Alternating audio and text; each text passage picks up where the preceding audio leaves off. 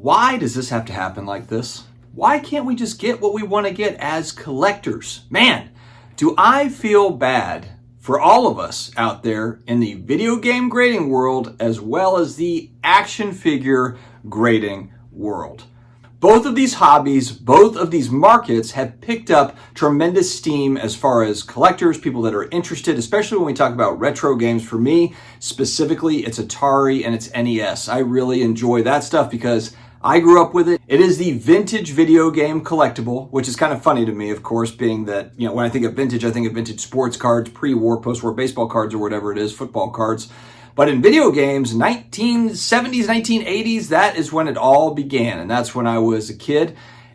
And we have finally gotten to a point where, hey, people understand that this is a thing. It's a collectible category that is out there, highly speculative as far as price points are concerned. But there is a growing collector base, I believe. Now, some might say that there's collectors that are leaving the graded video game, graded action figure space.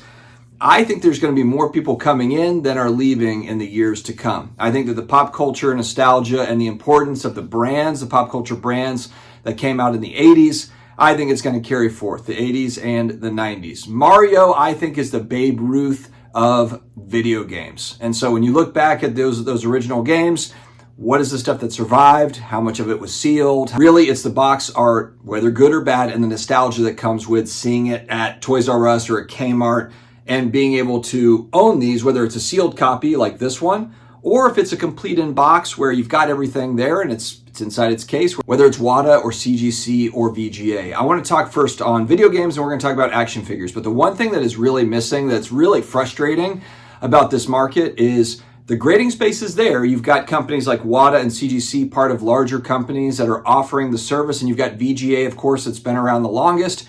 I don't think that VGA even has a public pop report out, which is a major, major problem. And I guess I don't really understand. WATA is connected to Collectors, which owns PSA. PSA has a very robust population report that's always being updated and so forth.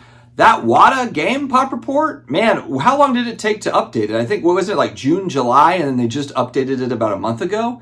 Man, I can't wait 6 months in between the population report updates. That needs to be far faster than it is, especially considering the fact that they're not grading near as many video games as there are sports cards at PSA or whatever, TCG cards.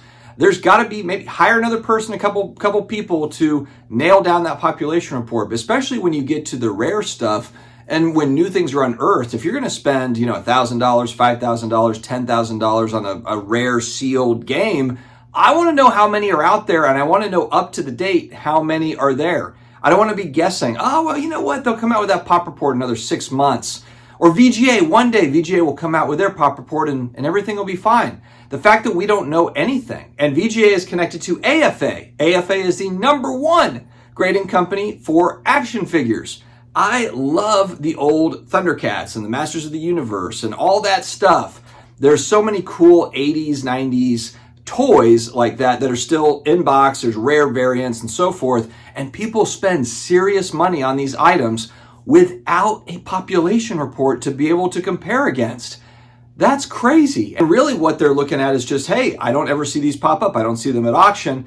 And just because they're always hunting for them and never see them, there's kind of an assumption, well, there's just not that many out there. But we just don't know. There could have been somebody that unearthed 1,000 sealed Thundercats, have sent it into AFA, got them all back and they're graded, and slowly trickling them out. There's no population report. You don't know if one person's got 1,000 of them or if there's only 5 in total that have ever been graded. This is a key metric and why I haven't spent serious money. I got very close to spending about $2,000, $2,500 on a graded action figure. It was a Thundercats, and I've looked at Masters of the Universe, I've looked at different things there, but I need to know how many are out there that have already been graded. I understand that I don't know how many are out there that are still sealed. Of course, there could still be KB Toys and Toys R Us inventory that's in a locker somewhere or whatever, buried in the ground that they could unearth. It happens. Look, they're still unearthing baseball cards. You don't think that there might be more of these sealed copies of video games or action figures out there that came out in the 80s and the 90s?